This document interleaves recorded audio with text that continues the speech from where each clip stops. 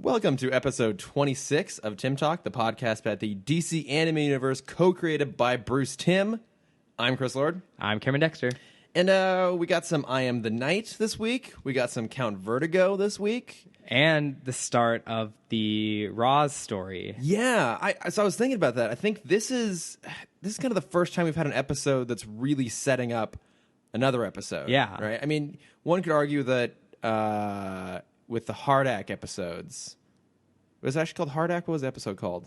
Those were Heart of Steel. Heart of Steel. With those, they're kind of setting up Batgirl, but I'd say not as much as this. Like, this ends on a point where, like, oh, there's more story to be told here. Yeah, clearly. This was really nice. Yeah.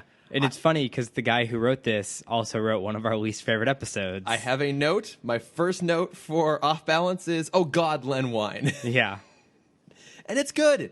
Yeah. It's actually really solid. Better. Yeah, and so what's interesting, too, is that this episode, kind of like Moon of the Wolf, right? Mm-hmm. Just a direct adaptation of a comic.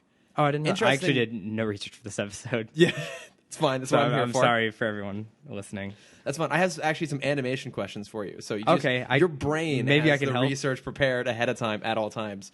But I think it's interesting that they have Len Wein it seems like kind of their go-to guy for just adapting existing stories. And he didn't write that one. So he wrote Moon of the Wolf.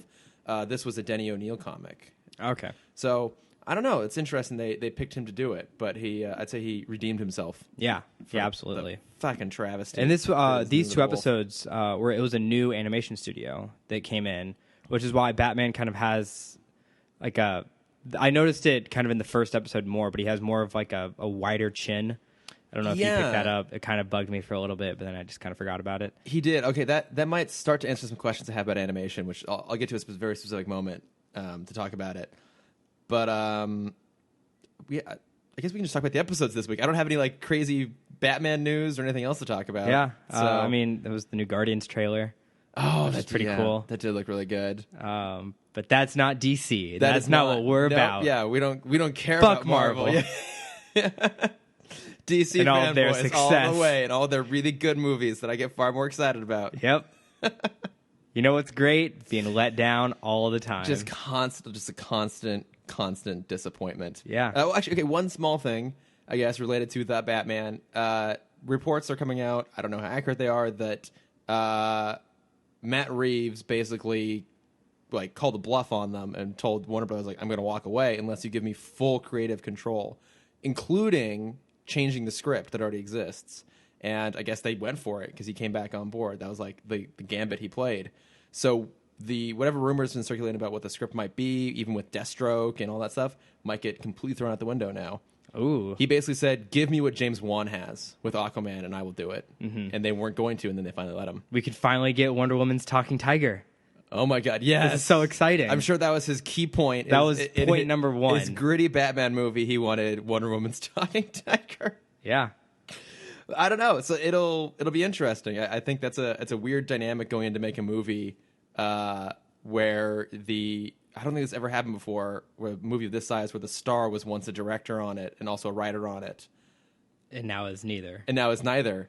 So do you think he's going to stick with Deathstroke? Oh, I'm sorry, guys. I don't know. I would be fine with it. I like Deathstroke as a character. I think Joe Manganiello would be cool in the role. I wouldn't mind seeing that. Yeah. Werewolf to stripper to Deathstroke. It's the Hollywood lifestyle. Yeah. He's a gorgeous man, though. Oh, very much so. Yeah. I guess the term is a wolf, kind of old, muscular, like gray beard kind of thing going on. Not quite a bear, but a wolf. Yeah. Doesn't matter, does it?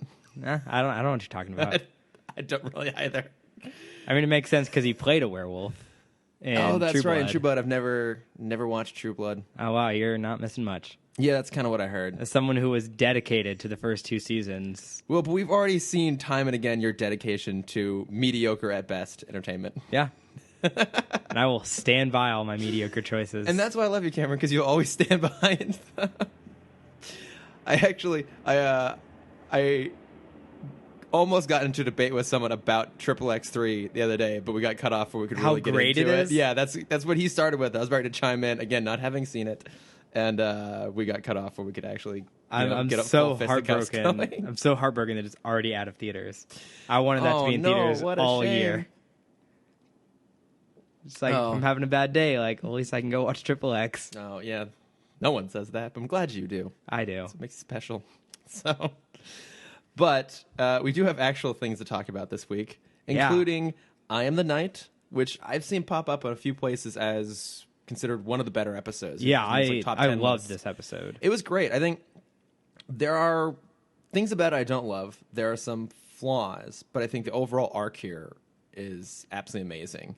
Because, I mean, even right from the beginning, really dramatic opening, it's in the Batcave, and Batman's literally just sitting in his chair, and Alfred comes up to him, he's like, I'm tired. Like, and, you know, his point is, it's not just that his body is physically exhausted, but he's kind of wondering, like, why do I keep doing this? What's the point? He grabs a newspaper, and the Penguin's conviction got overturned, so he had to get all of his work going to nothing.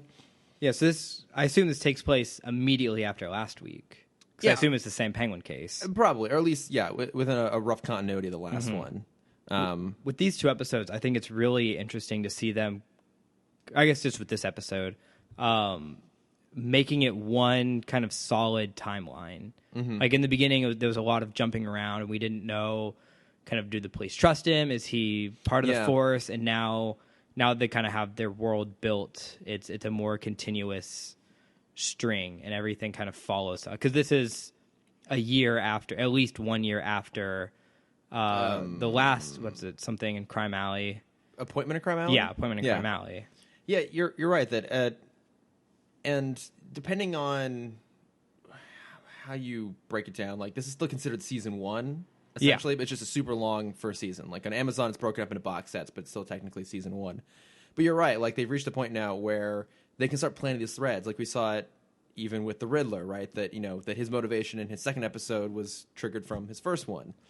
You know, we get little bits with Barbara coming in there. We see that he's going back again to Crime Alley. Leslie Tompkins comes back. Like, yeah, you're right. It's a world that's built now, and we get to live in it. Right. And that works great for Batman, because it is his world that's super interesting, more so than just him. And I think the overall arc of this episode of him kind of doubting himself, like, would be hard to do anything other than a television episode. Yeah, but, I couldn't see this in any other. I mean, comic would be fine medium, but yeah, this is never something. I mean, it was kind of the beginning of this. Kind of felt like the beginning of the Lego Batman movie, where he's kind of just like, a little bit. But what I want to kind of talk about one point very briefly.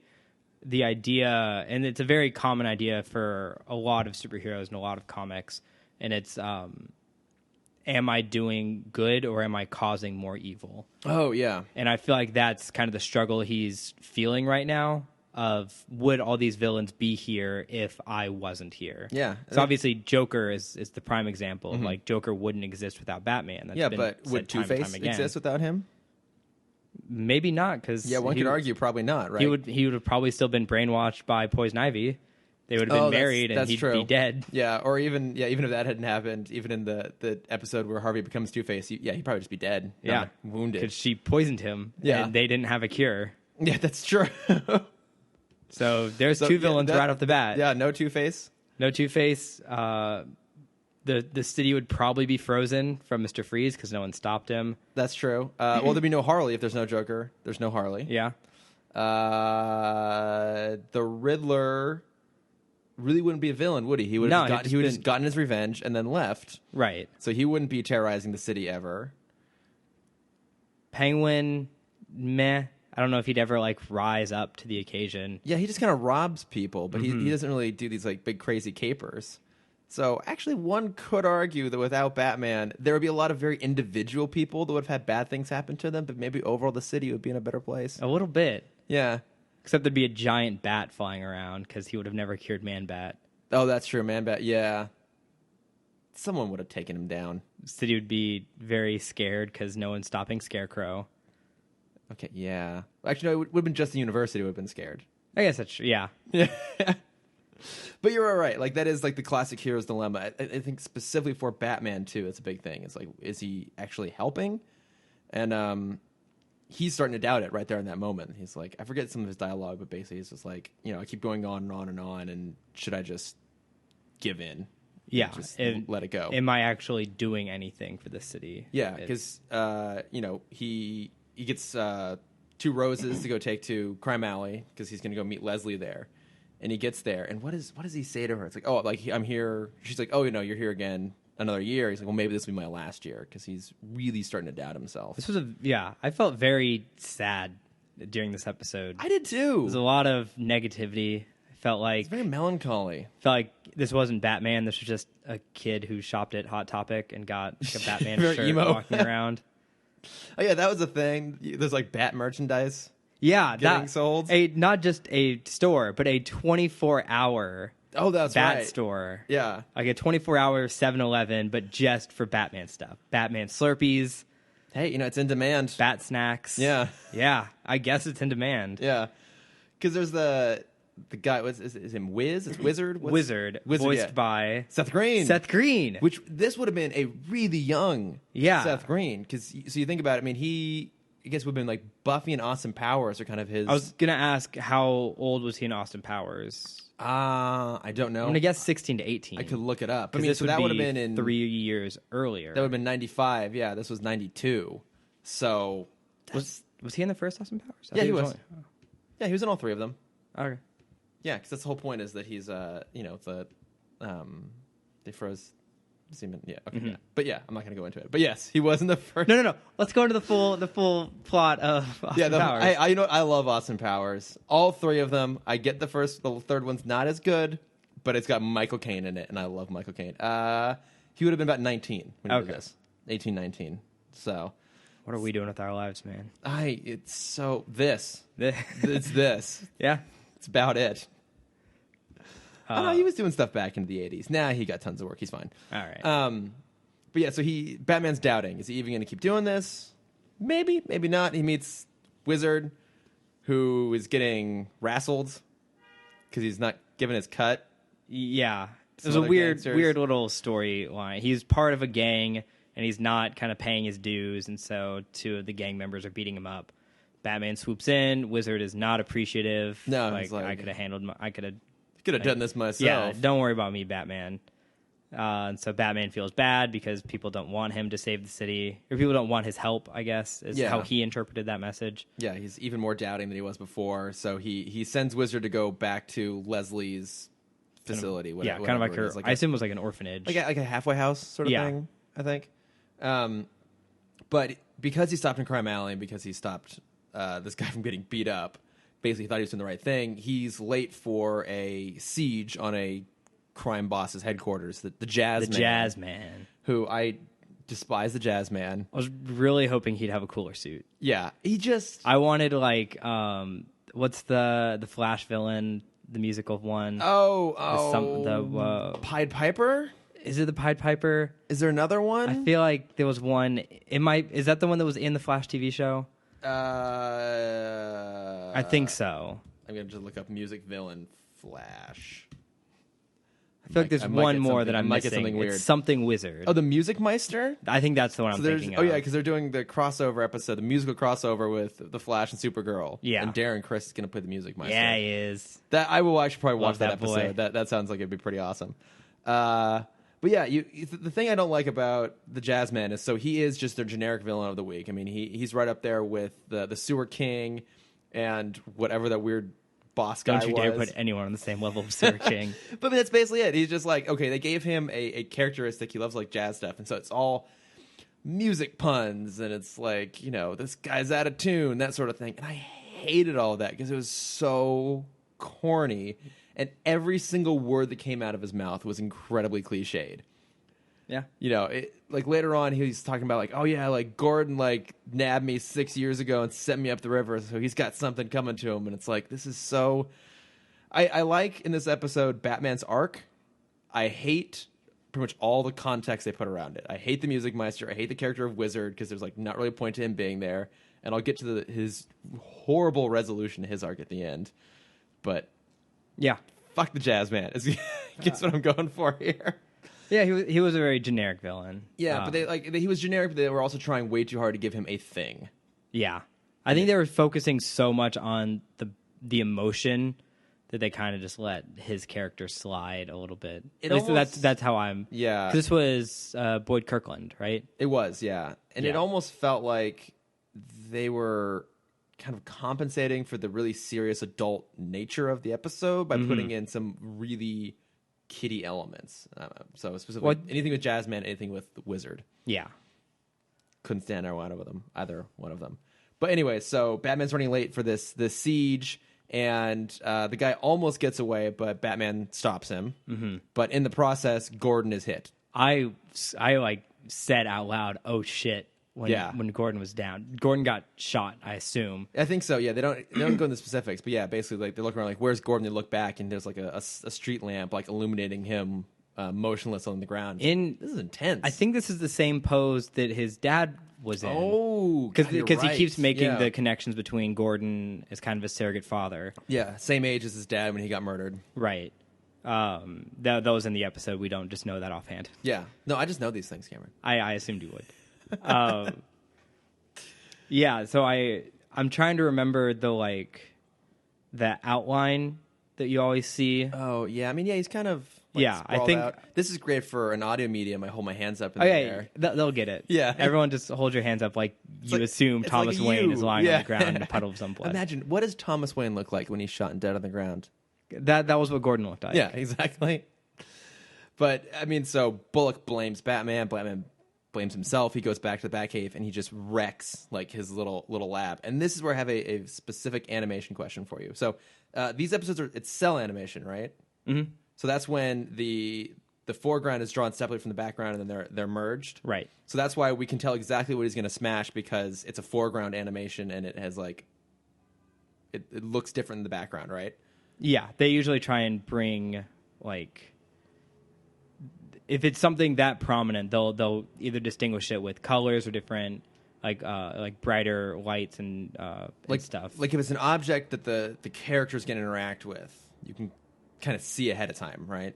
For the most part, that's just a generic animation technique of because you want the audience's eye to be there already. Okay. So you're not missing an animation. Right, but I guess what I meant specifically, it was like, so he walks up to the console, and you can tell, like, it's telegraphed, like, a good, like, 3-4 seconds before he actually touches it, he's going to pick up and throw it, because it's illuminated like he is, not like the background is. So my question is, why doesn't that look that way in, like, modern animations? Like, if you go and watch a Justice League episode, how come I can't tell what the objects are they're going to interact with? Is it because it's animated differently? Like, what changed? No, Did it just get better? I think it's just a different style. I think since Batman was meant for a younger audience, they kind of made that more prominent. And I think if you watch other cartoons meant for younger audiences, you'll see that everything will be a little more telegraphed. And obviously, the biggest one would be the most extreme end would be like Dora the Explorer, where everything is super telegraphed all the time. Yeah. And it's because the brain doesn't like to make the connections themselves. They like to be told what they should be looking at. See, but I guess what I'm getting at is you go back and watch like an old Scooby-Doo episode, right? And they're walking along and you can see a potted plant that is drawn, like it is clearly on the character animation cell, not the background animation cell. Because the character's going to go jump into that, right? Mm-hmm. So you can just see it's drawn differently. You can tell that's what's going to happen. If I were to go and sit down and watch like a Danny Phantom episode, you don't see that. Or I think even at Justice League, like at that point, like the layers are less obviously distinct. Is it just that animation evolved to the point where it all looks sharper? Or that the backgrounds look less dull? I guess what I'm getting at. That could be a reason. It also could be a budget thing. If you have more money, you can actually put in the time to make all the different layers. Because I'm pretty sure Justice League was all digital by that point, by the early 2000s. Because, like, you know, I've been catching up on some of the DC animated movies, and like that too. Like maybe sometimes you can see it, but it's not so obvious. It's not like you walk in like, oh, that table's going to get chopped in half because it like doesn't look like anything else in the room. Yeah, they've replaced it with instead of like lighting and color change, they've replaced it with better framing and better kind of cinematography for the shots. Okay. So now, if you think of that shot, Batman kind of enters from the left and table's already centered. Yeah. So you know that that's the prominent thing because that your eye is going to go to that before it goes to the character. Okay. And so if you think of more modern cartoons where there's a more kind of more layers than just kind of foreground, midground, background. Mm-hmm. the framing of the shot will tell you where to look in a better sense. If a character's moving one way, or eye is obviously going to go that way. Yeah. A main rule of animation is just like, don't make the audience think. Okay. Just kind of make it as easy as possible. Yeah, and I think your point of the budget actually makes a lot of sense, because I think back to it now, and I think part of the reason that for me sometimes the animation of the show looks so crappy is because the most I've watched of this show is Phantasm, which they obviously had a serious budget for that, and I don't recall like seeing those really obvious like markers, if you will, whatever. Yeah. And I'm sure it was budget and timing. Okay, yeah. So then who did this episode? Who was the animation company that did this? I forgot to write it down. Sunshine, Sunspot, something like that. I'll tell you guys next week. Okay, yeah, because I there's a lot of moments in this, and I think especially in the next episode, where the animation's kind of crappy. They have some drops. I noticed a couple like duplicated frames that weren't meant to be there. Yeah, and you're right. Batman just seems a lot boxier than he did before. Yeah. Yeah. I mean, a lot of it didn't bug me too much. Not as much as like I forgot their name because they don't deserve to be remembered. ACOM? Yeah, not as much as ACOM usually pisses me off. Yeah, they're pretty horrible. Their last few got better. They just had small blips here and there. Yeah. But yeah, these guys are. I think they'll do fine. Yeah, they're generally better, except for one specific critique I have in the next episode. Okay. But so in this one, moving very slowly along, so Batman like storms out. He's like all upset. Alfred's freaking out because he's just even moodier than normal. And then through like a quick bit of exposition, we discover that the Jazzman is being kept out at Stonegate Prison. I don't know if we've actually ever learned the name of the prison, because we've always assumed it was Blackgate till now. Right. But it's Stonegate. They actually say it. Yeah. I don't think we've actually heard them call it that before. And they were going to send him to Arkham. No, they were going to send him to County, but County was full. So that's what they sent him out to Stonegate, which is just as easily escapable as Arkham. As every other prison. Thing. So I was kind of like half paying attention. Doesn't he like just hide in a laundry cart and get like pushed out a door? Yeah. Jesus. Yeah. I feel like laundry cart is like the most generically written. Everything about this is super generically written. He's like in the prison yard, like complaining. The guy's like, "Oh, like don't let them hear you." But hey, if you talk to like Freddy Five Fingers over there, he'll get you out of this pinch. Yeah. You see? Yeah. So bad. So Jazzman makes it out. Dick comes along to kind of try and cheer up Batman. Like, hey, Jazzman's escaped. You got to come save him. Batman's like, what's the point? Yeah. I'm not going to be able to. I'm not saving anyone anymore. And he gives him kind of a half-assed speech. I actually really like this speech because basically he tells Dick, he's like, look, like one of these nights I'm going to go out there and someone's going to get me. Maybe it's going to be the Joker. Maybe it's just going to be some lucky punk. I'm okay with that, but I'm not okay with anyone else getting hurt in my crusade. Not Gordon, you, Alfred. He's like, I don't want anyone else to have to suffer because of what I'm trying to accomplish. And like that's Batman in a nutshell, right? I mean, that's part of what makes him so compelling, is because it's so contradictory. This is a guy who wants to be a loner, who his whole crusade is to make sure that nothing happens to other people who happen to him. But along the way, he's collected this family of people that are also doing the same thing as him, and that he, at a certain point, kind of actively seeks out those people while also trying to avoid them and protect them. It's what makes him so interesting. Yeah. And why I think he's so much more interesting when he's not in a vacuum. And I think that was kind of part of the problem with even Nolan's movies, is that he was basically just Batman the whole thing. Alfred was there. But he's more interesting when he has a team to work with. Yeah, absolutely. So, I mean, yeah, it was kind of a weird speech, but I really like that moment. I think just, I say half-assed because I think this episode just made me feel so just bad that nothing was going to cheer me up. Nothing was going to drag you out of the depression hole it was burying you in. Yeah. Yeah. But, I mean, I like that. I think that's probably the most vulnerable we've ever seen him in the show. Absolutely. Right? Yeah, and it's the most honest. And it was great voice work by Conroy in this episode. Like I feel like we haven't given him praise in a few episodes. Yeah. But my God, I mean, it goes to show that a good voice actor is not just someone who can do weird impressions. Like a great voice actor is still acting. And if anything, it's harder because you have to put all that in just your voice. You don't have your face to do it too. And my God, is he so damn good. So, yeah. But I mean, everyone around him's backing him up really great too. I mean, Lauren Lester is great in this episode as Robin or as Dick, because a lot of times he plays it kind of like playfully and goofy, but you know, kind of like with Conroy, there's that pitch change when he's all of a sudden serious, and you believe him, like you believe that he really wants to help Bruce, and he's kind of mad at him, right? Too. There's also a point in that little speech. We'll get off the speech after this. It's a good speech. It is. I take back what I said earlier. When Batman was voicing his concerns, it was pretty much exactly what he was talking about in Robin's Reckoning. Yeah. With him not wanting Robin to go out because he's afraid of losing someone else. Yeah. And now that he's kind of at that stage of losing someone, he's kind of just quit.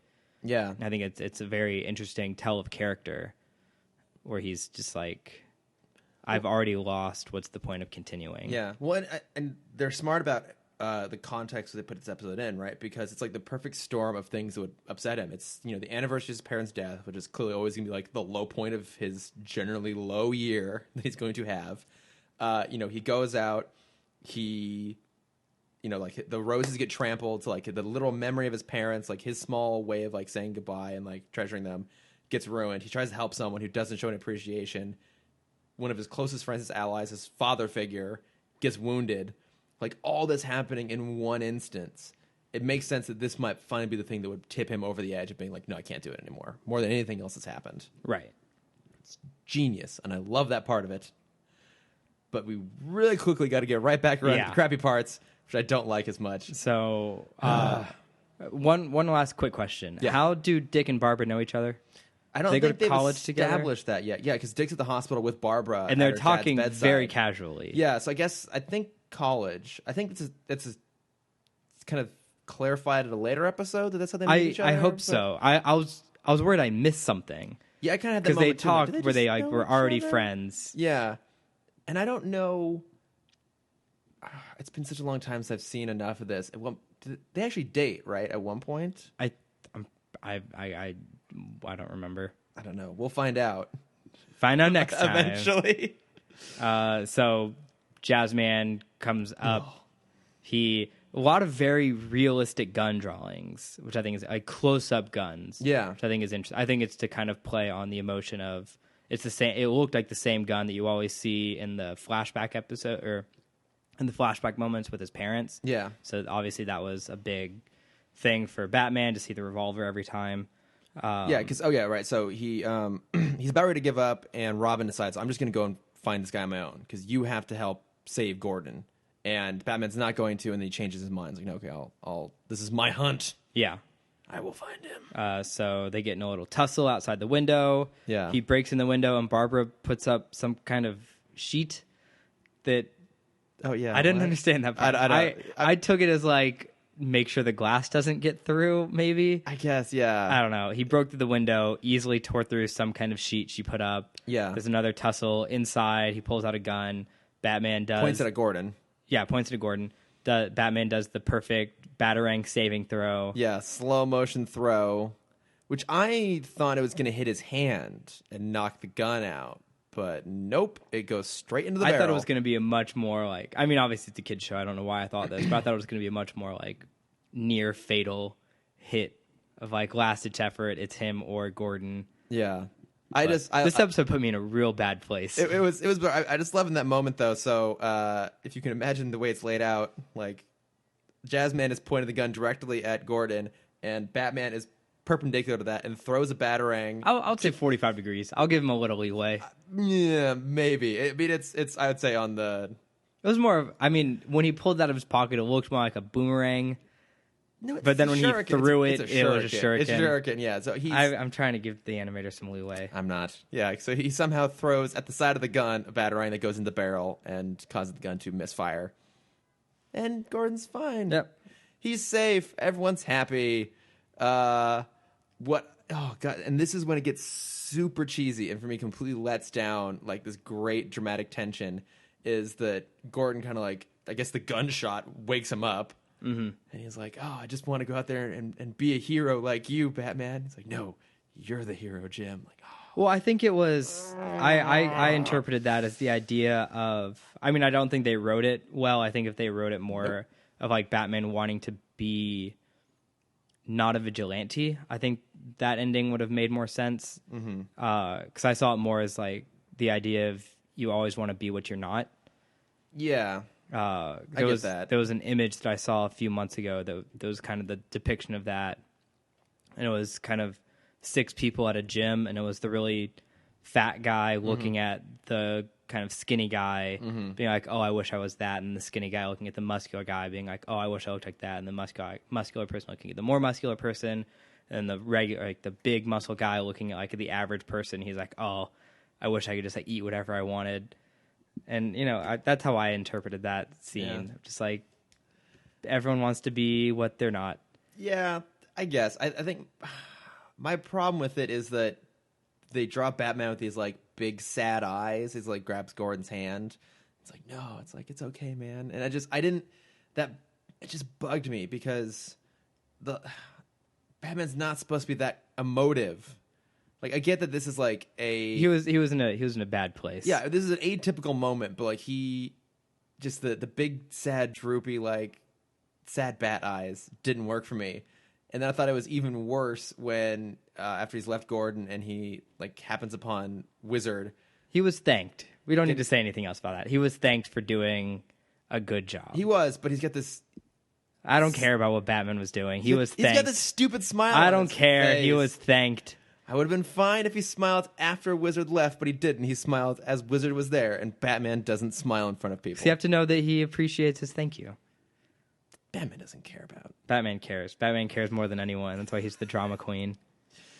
Okay, so we talked about a lot of bad things in this episode. This was a really good episode. No, yeah, I was nitpicking. So, like, cause I genuinely love that idea of him having like a crisis of conscience is what he's doing. I guess they kind of did it in The Dark Knight, right?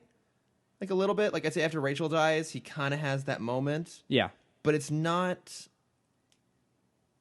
I don't know. I thought this was kind of more effective, just the trappings around it didn't quite work for me. And I don't know. I feel like you could actually do this arc as part of a movie almost. Of him retire. I mean, that was kind of the first third of... Dark Knight Return Rises.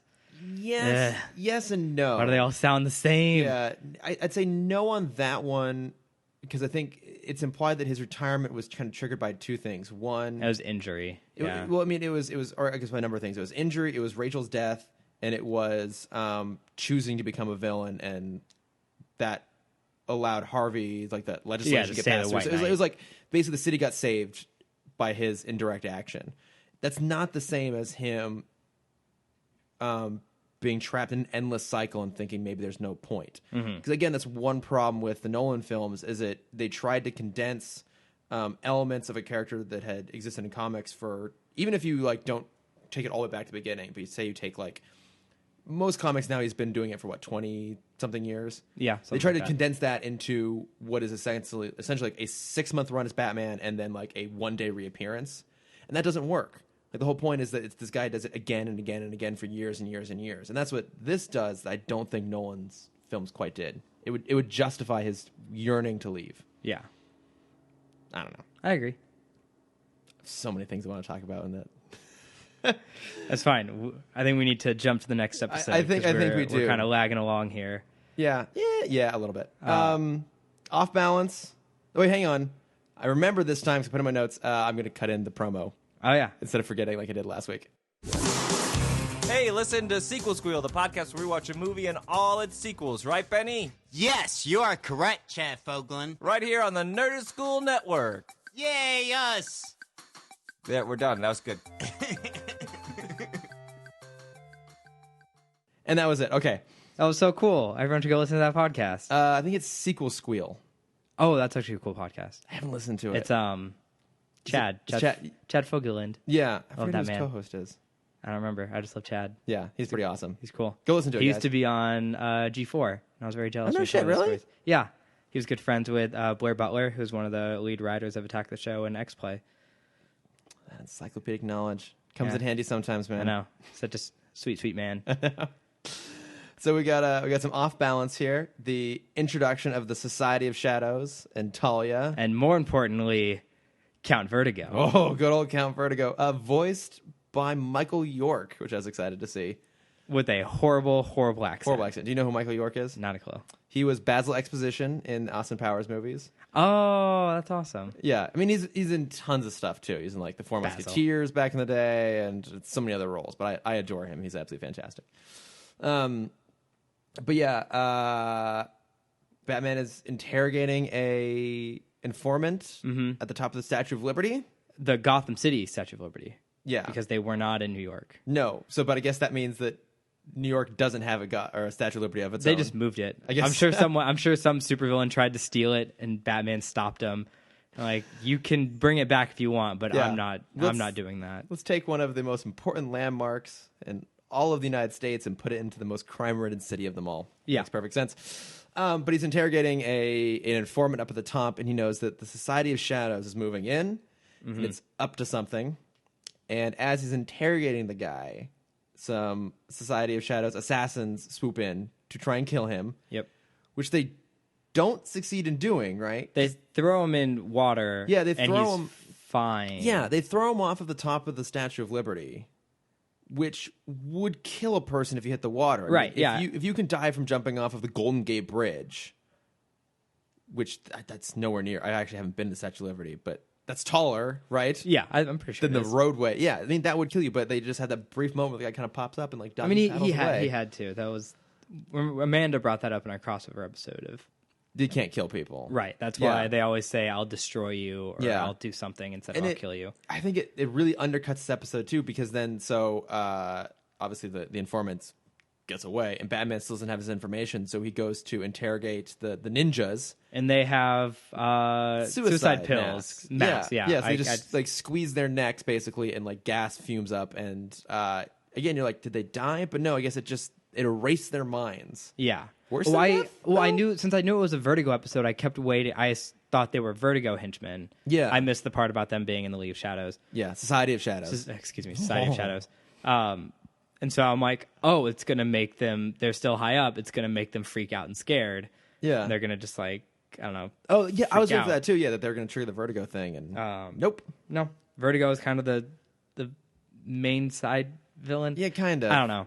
He's like the plot-driven villain, Yeah. but not the one that's kind of going on in the background. So they have this device oh yeah, that yeah. So it's sucks it's a all sonic- the moisture. no, no. It's a sonic drill. Oh, okay. So, but That makes a lot it's- more sense. Yeah, Wayne and I like missed yeah. that So part. that we I missed a lot of this episode. I know someone who tells them. Someone tells Batman that they're after this. No.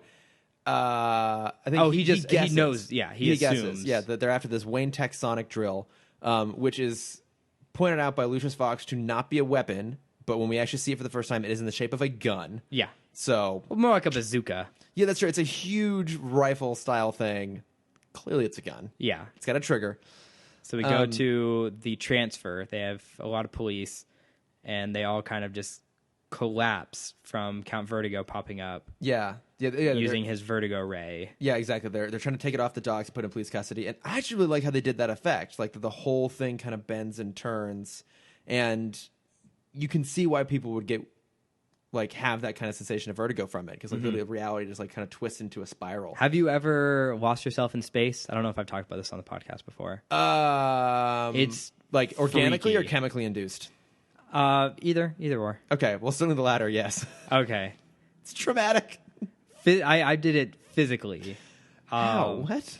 When I was back in my cheerleading days. So I'm not laughing at you being a cheerleader. I'm just laughing because I love these stories. I'm sure that's gonna be good. I was in a tumbling practice, or I had like a personal trainer help me figure out how to flip around and stuff. And I was working on, fulls. So it's when you do a backflip and you also spin one time Oh wow. in the air, which I'd never done before. I was on the trampoline. Yeah. It was the end of the night, and they're like, "Oh yeah, just try it. Like just throw your shoulder down and blah blah blah."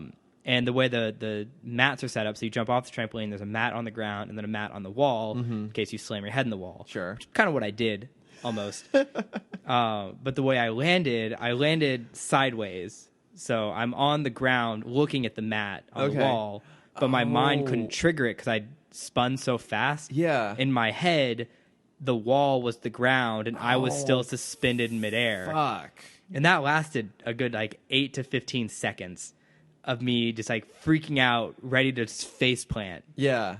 Before I finally kind of caught myself and be like, I'm on the ground. This is floor. This is gravity is pushing me down. I can walk. I can stand. Oh shit. And it's terrifying. Yeah, that sounds traumatic, man. Yeah.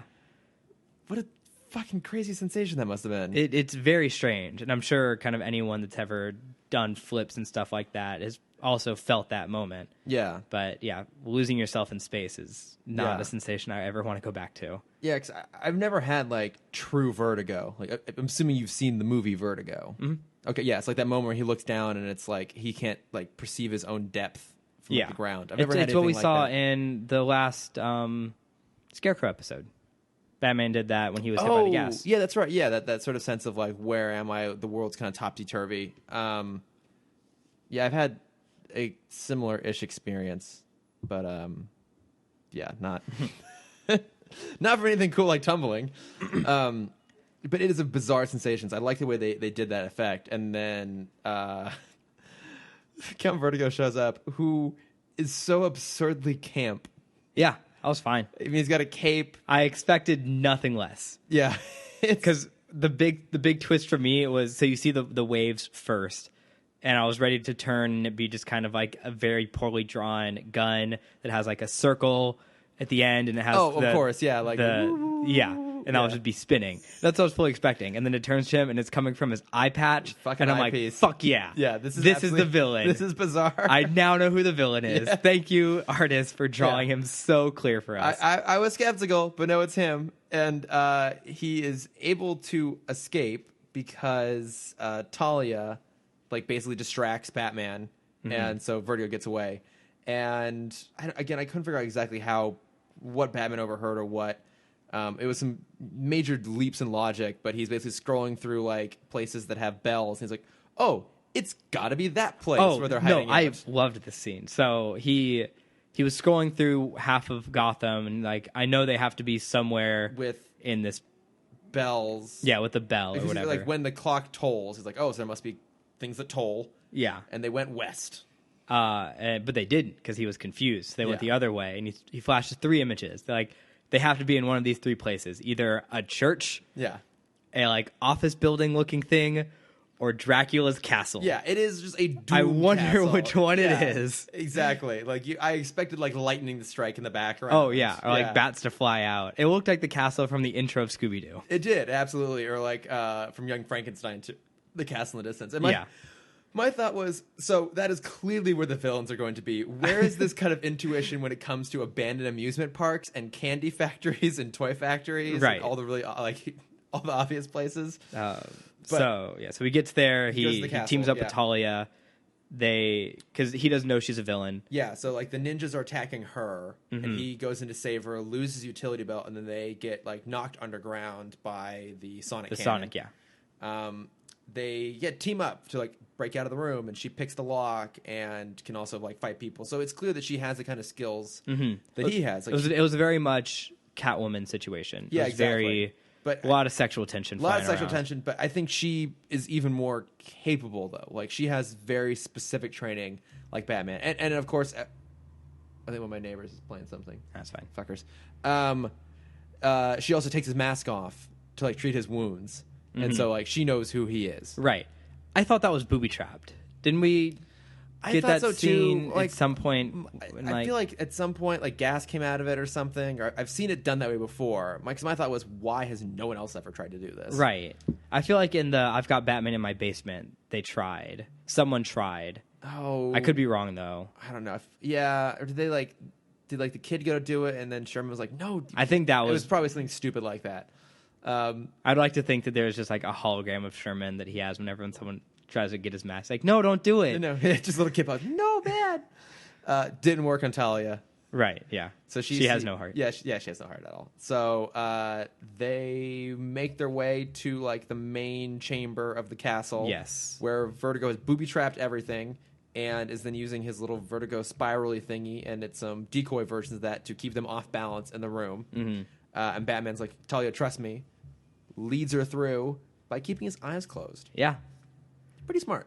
As someone who has tried that tactic, it does not work in the slightest. Yeah, but you're not fucking Batman. That's very true. So, My senses aren't as good. He probably spent a year with just his like blindfold on, never seeing the light, just so he could get used to the sensation of not being able to see. Oh, I remember the other time that I had vertigo. Okay. It was my own version of vertigo. I think you were there for it. It was at kickball, not at kickball, at the bar after kickball. We were doing, you might not have been on the team yet. I was there for that. We were doing Dizzy Bat. Okay, okay. I've heard this story, but I was not there for it. Team Dizzy Bat. And I'm the anchor. And I try to, keep your eyes closed and you'll be able to find your way. My other senses are not strong. They're not tuned. Not at all. I step up from the bat, take one step, the whole world flips upside down, and I just face plant. Like the whole ground just shakes. That is beautiful. I go straight down. That is absolutely beautiful. It's caught on wonderful video. Yeah. Well, of course, it's always better when it's on video. Yeah. But to see me crawl to the. I think the difference though is that Batman has spent years making sure he'll never become a Dizzy Bat. Yeah, whatever. Yeah. Way to go. Congratulations. I'm not applauding that. You shouldn't. So they make it out of the room. They find Count Vertigo. He's so surprised that they made it out. Gasp. Yeah. How did you do this? So he uses the sonic gun again to trap them in the stairwell. Yeah. He hits them with the Dizzy Ray, Vertigo Ray. And then Talia's, I thought this was hilarious, when she just like, I can't handle this anymore. And she jumps, and Batman's like, what are you doing? Why are you jumping? What are you doing? No. She grabs onto the rope. Rope leads to the bell. Yeah. Bell is right next to Vertigo's ears. Yeah. So and Batman jumps in, grabs one of the ropes too. Vertigo gets like so discombobulated by the chimes, the bells right in his face. He drops the drill. I was thinking about the gun. Same thing. Yeah. Batman grabs it, and then Vertigo falls out, and of course, conveniently lands in a river. Yeah. And again, can no one so that is now we'll call it basically the third person in this episode that essentially died, but they like say no, but he didn't die, but like clearly he would have died. And they treat him like he died, but he landed in water, so he's safe. Right. I mean, it's like so stupid. It was like Clock King. He fell in a clock tower, collapsed on top of him. But it was different though, because they're like, he probably died, and then we saw that he didn't, so they got away with it. Whereas here, it's like he looks like he died, and had to say that No, you never saw Clock King again. Yeah, Batman assumes that he got out. Oh, okay. He's like he's planned all this out. I guess he would have gotten. Yeah, but they're like, Count Vertigo is like, we don't have to worry about him anymore. And everyone's acting like he died, but clearly he didn't. It's just, I don't know, it's really stupid. But of course, there's a twist. Yep. Because Batman's going to take the gun or the drill for himself, since it is technically his. Since it's Wayne Enterprises' drill. Yeah. Talia reveals her double cross. Mm-hmm. She's actually a member of the Society of Shadows. It's a dumb name. Batman kind of booby traps the gun. She takes the drill. She takes it, calls up Daddy. We see Roz for the first time. And he's like, test out the drill to make sure it's still working. It's obviously not, because Batman broke it. Yeah, he did. And now he's on the shit list. Yep. Oh, I'm coming for you, Batman. We have unfinished business. Yep, you broke my toy. Now I got to kill you. Yep. And I don't know. Again, stupid little elements in here that I didn't really love, but I did like setting up Roz and Talia. Yeah. Yeah, absolutely. Yeah, because they didn't do much, but they did enough to make them like, ooh, these are cool and interesting. And so pretty soon we'll be getting them again, and those are going to be some great episodes. Yeah. For what I recall. I don't really have much in terms of trivia on this, other than, like I said earlier, it's an adaptation of a Denny O'Neil comic. Mm-hmm. Clearly the plot elements of this were taken into Batman Begins, the like a Wayne Enterprises device being stolen by the League of Shadows to cause destruction. It's all there. I guess we'll talk about more of the League of Shadows and Talia when we get to that actual episode, but I think it's been like the League of Assassins, the League of Shadows, the Society of Shadows. It depends on what medium it's in, has a different name. I think Society of Shadows is a really stupid-ass name. Yeah. Yeah. So I'm just going to keep calling it the League of Shadows. Or the League of Yeah, me Assassins. too. So we'll save Talia for later. I don't really have much on Count Vertigo. There's really not much there in terms of history. He's mostly a Black Canary and Green Arrow villain who like occasionally pops into Batman episodes. Mm-hmm. My understanding is that he was in the comic that they directly adapted, so that's why they used him here too. Makes sense. I didn't get confirmation on that. That's kind of general thing I got. Do you remember when he was in Arrow? Like the two... Yeah, 2 or 3 episodes. Yeah. He's a drug dealer. Yeah, because I it's been a while since I've watched them when they first aired, and I haven't been keeping up with it. But yeah, I've forgotten this, that when he's first in Arrow, he's a drug dealer, and the drug is called Vertigo, and he gets the nickname The Count because it leaves like vampire-like marks on people's necks. Yeah. That is the stupidest Yep. reworking of that character I could possibly imagine. And then a different character takes on the like mantle of Vertigo, and he is just a scarecrow and is like making people experience their fears. Right. Which I thought was kind of stupid on their part, because I think there is something kind of cool and specific about Count Vertigo. A little bit silly, but you can make it work. And I thought that was strange that they just like kind of ignored everything that makes him distinctly Count Vertigo. Yeah. Yeah, that makes sense. I mean, he is kind of lame, but he's good. But I mean, if you're gonna take like your only Green Arrow villain, at least make him the regular Green Arrow villain instead of stealing the villains from Batman. Because he's like the one. Because I know he pops up in the Batman as like the Green Arrow villain for their crossover episode. He pops up in Young Justice as a Green Arrow villain. Yeah. I'm pretty sure he's in a Brave and the Bold episode as well. Oh, okay, yeah, I haven't watched that. I know he like one of the DC direct-to-DVD movies. Like they did a couple shorts. There's one with Green Arrow, and it's Count Vertigo. It's always Count Vertigo with Green Arrow. Mm-hmm. Because what do archers fear most? Not being able to shoot. I guess heights. Yeah. They can't get a good angle if they're scared of heights. Wouldn't they be afraid of not having fingers? Maybe. Actually, no, that doesn't stop Green Arrow, because we've seen that he can lose an arm, and he's still a damn good archer. Yeah. So All it takes is one shot. yeah. And it's not sight, because we saw Hawkeye in the Old Man Logan story. Hawkeye is still fine. He's blind. Yeah. But he's still got his mojo. Yeah. Yeah. Good shit.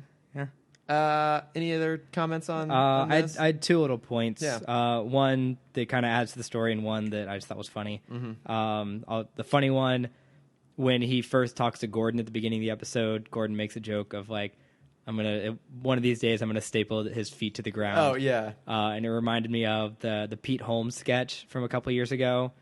I don't know if it was like the first sketch of his show on TBS. I think it might have even pre that. I think it was college humor. Yeah, but like Batman's trying to sneak away, and Gordon keeps seeing him. Everyone keeps looking as he's trying to sneak away. Yeah. And I want that to happen in one of these episodes so badly. And then the other thing that I caught, I don't know if you noticed this. Talia, obviously this is me reading into everything too close, but I think this is on purpose. Mm-hmm. Until the big reveal, Talia had part of her face covered by her hair the whole time. Oh yeah. And the final reveal, she kind of flips it back, and that's the only time you see her kind of her true colors. Yeah, her quote whole unquote. face. Yeah. Yeah, because I think that's kind of always been like a character trait of hers, with the face kind of half covered. But you're right. Yeah, I think that's the only point where we see her in her entirety. Mm-hmm. Clever little nod they did. Right? Yeah. Look at those animators. I know, doing their shit. Yeah. This is also the same episode though, where the animators like completely misdrew Batman's logo to the point where it was literally a tiny little yellow dot on his chest with no bat symbol in it. Oh, I didn't notice that. It's real bad. That's great. Real bad. I'm glad. Yeah. Anything else? No, that's pretty much everything I got. All right. Well, what are your bat plugs this week? I don't know if I have anything this week. No. I've been watching The Office because I never gave it a chance before. Okay. How you finding it? It's fine. Yeah. Yeah. Like I said, I never gave it a chance before, and so now I'm just kind of like headstrong into it. I'm midway through season 5. Okay. Which I mean, obviously shows that I care somewhat about it. Yeah. What's happening right now? I'm trying to think when I jumped out of The Office. What's the last thing I watched? They're about to get married. Okay. Okay, it wasn't long after that I stopped watching. Okay. Yeah, I mean, it's fine. Yeah. I'm trying to think if there's anything else. Watched Fist Fight. That was meh. Yeah. Yeah, it looked kind of meh. Proud of myself for not going to see The Great Wall. Good man. Yeah. Look at you. Look at me making good decisions. You have limits. Yeah. Wow. I'm impressed. But yeah, that's Sorry, I don't have much to talk about this week. No, that's What fine. are you watching, reading, listening to? I'm still working my way through Ready Player One. So good. It's getting really good. I won't say what's happening right now because I don't want to give anything away. But it's like his quest is like fully happening at this point. What key are you at? 1. Oh wow, you're still Yeah. all right. I'm still You gotta speed up. It's not a long book. No, but I read slowly. I read for like 5 minutes before I go to bed at night. Just listen to the audiobook. No, it's Will Wheaton. I have so many podcasts. It's Will Wheaton. Well, that might be, and Will Wheaton is amazing. But I have all my podcasts. All right. I know. I like to actually read books, like physical books. You're insane. I am for so many reasons. So I'm reading that, and then I started watching, and I'm most of the way through the ESPN 30 for 30 documentary OJ Made in America. Okay. That is, there's like 3-hour parts to it. I think I have like a half hour left on part 2. It is amazing. Okay. Because I only really know of like that whole trial in the context of someone who like has memories that happen after the fact. Like I was too young to remember the trial or anything like that. So for me, that's just always been who OJ was like the most famous murderer of all time. But it goes into like all the way back to his like college days playing football and like actually talking about what a huge celebrity he was going into it. Stuff I had no idea about, and talking about like the basically the racial tensions in LA that were fundamental in the results of the case and stuff. It is fascinating, super captivating, incredibly well made. It's all up on Hulu.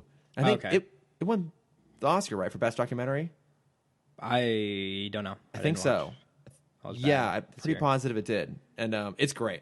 Really highly recommend it. I mean, cool. it's, I'll have to check it out. It's an investment in time because it's super fucking long, but it never feels as long as it actually is, though. So it's really good. I think that's it. Yeah. Be on the lookout around whenever this episode comes out. We might also have another big crossover episode for Logan. Yeah, we're off to go see Logan right now. That's what we're kind of racing through. Or actually, Cameron's trying to keep us on task, and I just keep sidestepping us here. Yeah, we're recording that pretty soon. I'm not sure exactly when It'll come out within the within a week of whenever this comes out. Yeah, I'd say so. Yeah, So be on the lookout for that. I know. Excited to hear good things about Logan. So yeah, I'm excited to go see it, to talk about it. That's coming up, and then we'll have our regular episode up soon as well. Episode 27 next week. Yeah, I don't know what the episodes are. I could look. I'm not going to. So, but until then, if you want to chat with us or tell us how shitty we are at doing podcasts, or correct us when we give out wrong information, especially Cameron. Yep. You can reach us at the podcast at Timm Talk Pod on Facebook and Twitter and Instagram. I'm at Lordifer. It's been pointed out to me that I should actually spell that out. It's LORDOPHER. My last name, my first name combined, not some weird. I never actually caught that. Yeah, it's not some weird pun on like Lucifer or Lord, that sort of thing. No, it's like it's my last name and the latter half of my first name. Okay. So that's where you can find me. I'm at Cameron.Dexter. Yeah, and so be sure to tweet at Cameron if he says anything wrong. I have no Twitter. Be sure You to can send me Graham an Instagram Cameron. message.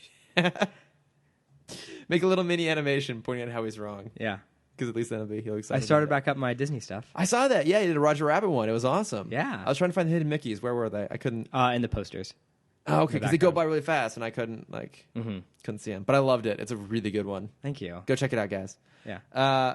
But until whenever you're going to hear our dulcet tones next, I don't know when that is. Yeah. We'll Anyways. talk to you guys later. Okay. Bye. Bye. The Nerdist School Network.